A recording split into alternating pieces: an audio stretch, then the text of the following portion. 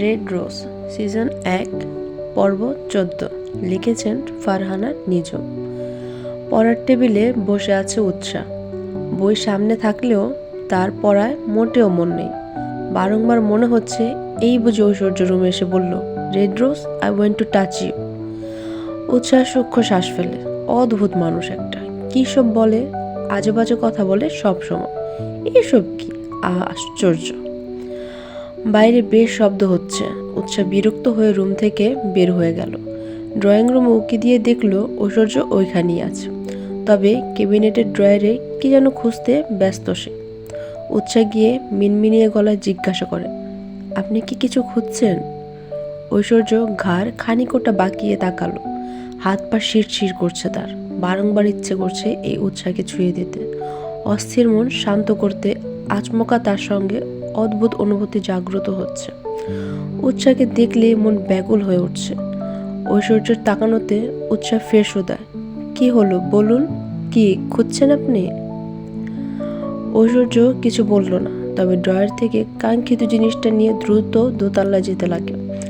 উৎসাহর মনে হচ্ছে ঐশ্বর্যের কিছু একটা হয়েছে, সেজন্য উৎসাহ পিছু পিছু যেতে লাগলো। ঐশ্বর্য ঘুমের ওষুধ নিয়ে খেয়ে নিল। ঐশ্বর্য সেন্টার টেবিলের ওপর ডান পা তুলে কাউচের মাঝে ঘাড় এলিয়ে রাখলো।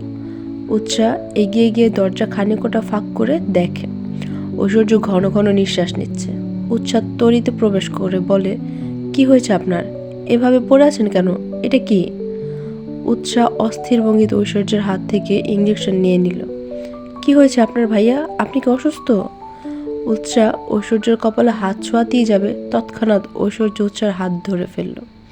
উৎসাহ ফ্যাল ফেল করে তাকিয়ে আছে। ঐশ্বর্য হ্যাচকা টানে নিজের শক্তপোক্ত বুকে এনে ফেলল উৎসাহকে। উফ! মৃদু স্বরে আর্তনাদ করে উঠল উৎসাহ। ঐশ্বর্যের মুখের ওপর উৎসার ঘন কালো চুলগুলো ছড়িয়ে পড়ল। ডান হাতের তর্জনীয় আঙ্গুলের সাহায্যে চুলগুলো সরিয়ে নেয় ঐশ্বর্য। উৎসাহ তাকিয়ে আছে নির্নিমেষ। ঐশ্বর্যের চোখে মুখে অদ্ভুত কিছু ফুটে উঠেছে। তীব্র কাছে পাওয়ার ইচ্ছা জেগে বসেছে তার মন। Red rose, you are too much pretty, damn it. Can I kiss you please? কি আবদার! উৎসাহ চমকালো। কথাগুলোতে কতই না ব্যাকুলতা। উৎসাহ কিয়ৎক্ষণের জন্য যেন বশীভূত হয়ে গেল। ঐশ্বর্য উৎসাহ ঠোঁট বরাবর তাকিয়ে আছে, নিজের পুরুষালী ঠোঁট এগিয়ে নিচ্ছে। উৎসাহ কাঁপছে। তৎক্ষণাৎ ভয়ে ছিটকে দূরে সরে গেল। ঐশ্বর্য আচমকা শব্দ করে হেসে উঠল। উৎসাহ ঘন ঘন নিঃশ্বাস টেনে নেয়। রেড রোজ, তোমাকে দেখলেই কাছে নিতে ইচ্ছে করে। উৎসাহ অদর কিঞ্চিত ফাঁক করে ড্যাব ড্যাব চোখে তাকায়। ছি ছি, আপনি এত খারাপ, আমি থাকবো না আপনার সঙ্গে, আজকেই আমি চলে যাব। উৎসাহ পুরো কথাটা সম্পূর্ণ করতে পারল না। তার পূর্বেই ঐশ্বর্য এসে ওর মুখ চেপে ধরে ভয়ঙ্কর কণ্ঠে বলল, আর একবার যদি বলো চলে যাবার কথা, trust me, I will kill you red rose. উৎসাহ যেন নিঃশ্বাস নিতেই ভুলে গেছে। ঐশ্বর্যের আচরণগুলো খুব অদ্ভুত। ঐশ্বর্য উৎসাহকে ছেড়ে দিল। তার সোজাসাপটা প্রশ্ন, আমি ইদানিং মেয়েদের কাছে যেতে পারছি না রেড রোজ, কারণটা কি জানো? ঐশ্বর্য তাকায় উৎসার দিকে। উৎসাহ শুকনো ডোক গিলল। ঐশ্বর্য ঠোঁট কামড়ে বলল, তোমাকে টেস্ট করতে মন চাচ্ছে, ইয়াম্মি ইয়াম্মি। উৎসাহ থতমত খেয়ে গেল। বড় বড় পা ফেলে ঐশ্বর্যের রুম থেকে বের হয়ে যায়। ঐশ্বর্য শব্দ করে হেসে উঠল। রেড রোজ, পাগল হয়ে যাচ্ছি। লোক ঐশ্বর্যরিক চৌধুরী 2 দিন ধরে কোনো মেয়ের কাছাকাছি পর্যন্ত যায়নি। ও মাই গড, হা হা। ঐশ্বর্যের হাসিতে পুরো রুম ছড়িয়ে পড়ল। বুঝতে পারছি না তোমার বড় ছেলে কেন এখানে এসেছিল। কেন? আফসানা পাটোয়ারি রুমে ঢুকে একথা জিজ্ঞাসা করে শহীদকে। তিনি ভাবলেশীনভাবে জবাব দেয়, ওর ইচ্ছে হয়েছে এসেছে, এখন ওর ইচ্ছে হয়েছে আবার চলে গিয়েছে। আফসানা দাঁত কটমট করে বলল, বলি কেন এখানে আসতে হবে? শহীদ বসা থেকে উঠে দাঁড়ালো। বিরক্তের রেস্ট টেনে বলে, উফ, তুমি চুপ করো, ওর যখন ইচ্ছা হবে আসবে। ভুলে যেও না তুমি ঠিক কি করেছো। আজ তোমার জন্যই আমার ছেলে আমাকে বাবা বলে পর্যন্ত ডাকে না।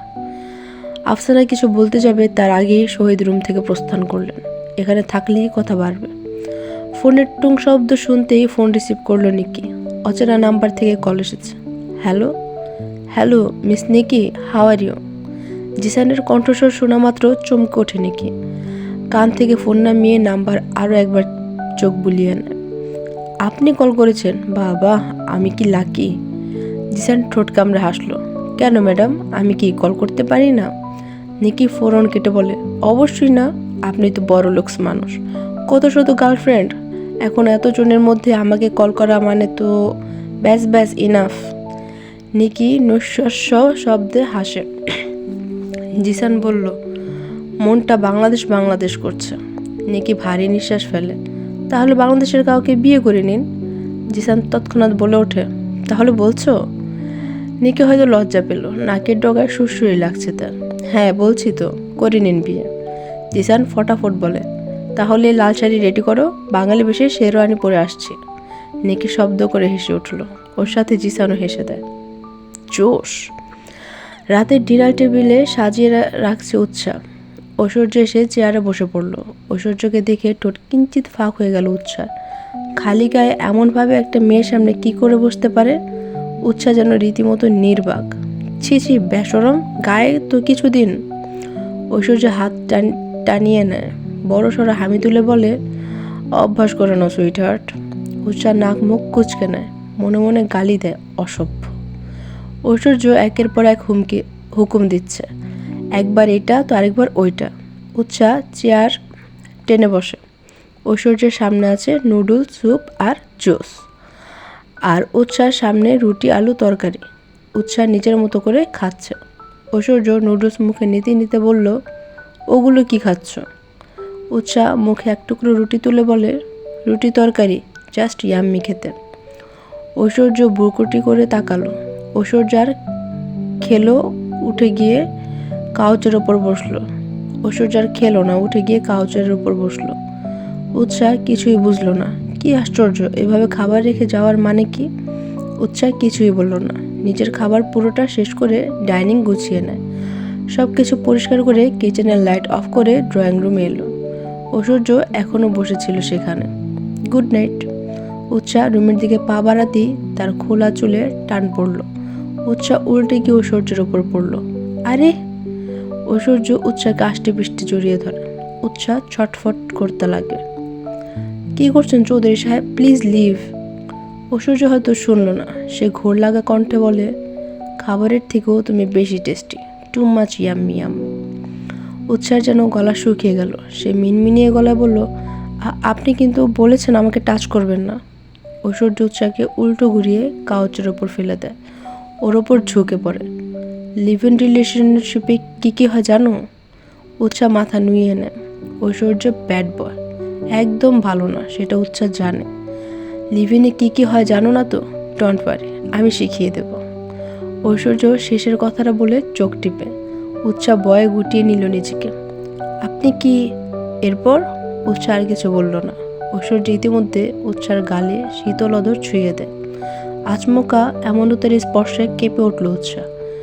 ডোন্ট ডু দিস, উৎসাহ অশান্ত কণ্ঠে বলে। ঐশ্বর্য সে একই কণ্ঠে বলে, আই কান্ট কন্ট্রোল। ঐশ্বর্য উন্মাদ হলো। তার বেসামাল স্পর্শগুলো উৎসাহকে অদ্ভুত অনুভূতি জাগ্রত করতে বাধ্য করেছে। উৎসাহ ভয়ে সর্বশক্তি দিয়ে ঐশ্বর্যকে ধাক্কা দিয়ে নিজের থেকে সরিয়ে দিল। ঐশ্বর্য অদর বাঁকিয়ে হাসলো। উৎসাহ যেন হাফ ছেড়ে বাঁচল। আপনি এমন কেন? এতই অন্য কিছুর ইচ্ছে থাকে তাহলে বিয়ে করে নিন। ঐশ্বর্য কোনো প্রতিক্রিয়া দেখালো না, নৈশব্দে দাঁড়ালো। মৃদু কেঁপে উঠল তার বলিষ্ঠ দেহ। উৎসাহ মিনমিনিয়ে গলায় শুধায়, এসব কি করছেন? ঐশ্বর্য সিল্কি চুলগুলো ডান হাতে পেছনে ঠেলে দেয়। তুমি তো টাচ করতে দিচ্ছ না, আপাতত দূরে থাকো। ঐশ্বর্যের লাগামহীন কথাবার্তা শিহরণ তুলছে উৎসার মনে। Red rose, you are looking so pretty, too much pretty baby. Aishwarya রুমের দিকে এগিয়ে গেল। উৎসাহ সরে দাঁড়ায়। তার এখন কি করা উচিত? এখানে এসে ভুল করেছে সে। ঐশ্বর্য যেমন দেখায় সে মোটেও তেমনটা না। আজ এ পর্যন্তই। আগামীতে আবার আসবো নতুন আরেকটি সুন্দর ও রোমাঞ্চকর পর্ব নিয়ে। সবাই ভালো থাকবেন, and please like, share and do subscribe আমার ছোট্ট উপন্যাসের আমি।